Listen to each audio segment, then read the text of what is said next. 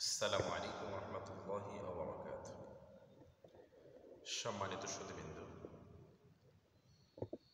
আজকের আলোচনার আলোচ্য বিষয় হচ্ছে কাজা সালাত জামাত সহকারে আদায় করা যায় কি? এটা একটা বিষয়। কাজা সালাত জামাত সহকারে আদায় করা যায় কি প্রশ্ন আমাদের অন্তরে জাগতে পারে, মানুষ পাই, তাই না?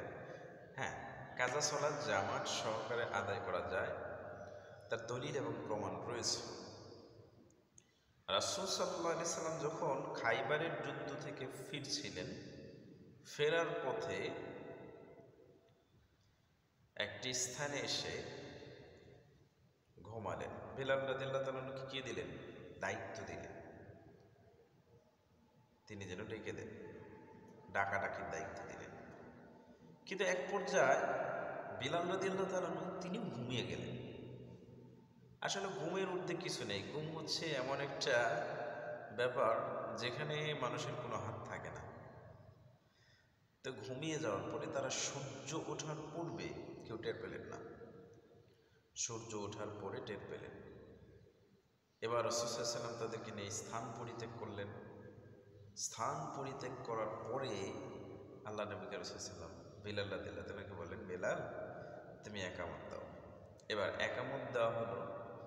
একামত দেওয়ার পরে জামাত সহকারে সালাত আদায় করলেন।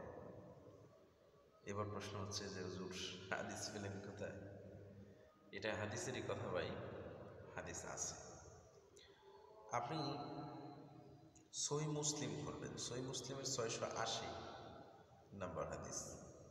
আর মেশকাত মেশকাত করবেন, মেশকাত শরীফ যেটা করবেন 684 নম্বর হাদিস।